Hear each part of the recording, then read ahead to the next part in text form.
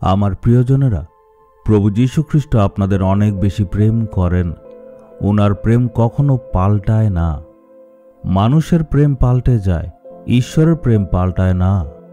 প্রথম দিকে দেখবেন অনেক মানুষ আমাদেরকে প্রেম করবে, কিন্তু ঠিক কয়েকদিন পর তারা বলবে, তোমাকে তো আমি ভালো করে চিনলাম, তোমার আসল চরিত্র আমি জেনে ফেললাম, তুমি একজন অপদার্থ ব্যক্তি, তোমার কিছুই ভালো না, তোমাকে প্রেম করাটা আমার ভুল। এমনটাও অনেকে বলে।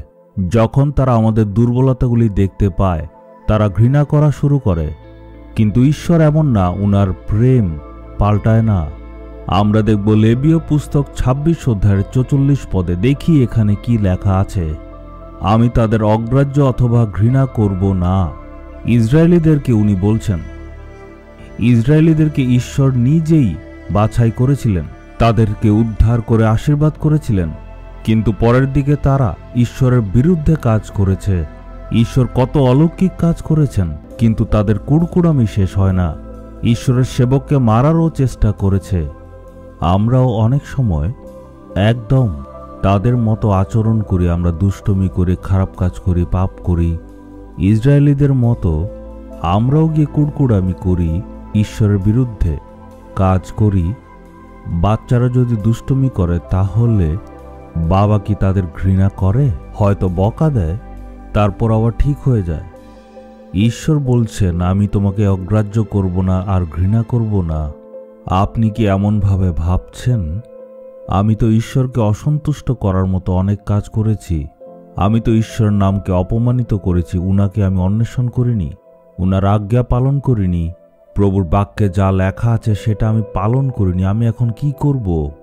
আপনি যদি আপনার দুর্বলতা আর পাপকে স্বীকার করেন, তখন ঈশ্বরের প্রেমও একই থাকবে।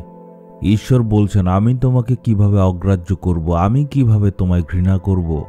তুমি আমার ছেলে আর তুমি আমার মেয়ে, আমি তোমাকে কখনো ত্যাগ করতে পারবো না। এটা আমার প্রতিজ্ঞা। ঈশ্বর এটাই বলছেন। আমাদের ঈশ্বর কত মহান।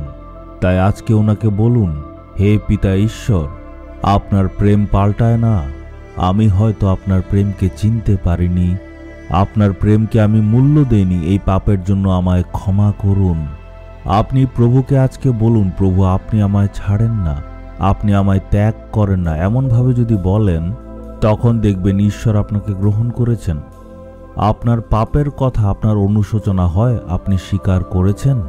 আপনার ভুলগুলির কথা যদি আপনি নিজেই অনুতাপ করে স্বীকার করেন, তখন দেখবেন ঈশ্বর আপনাকে কখনো ত্যাগ করবেন না, আপনাকে উনি কখনো ঘৃণা করবেন না।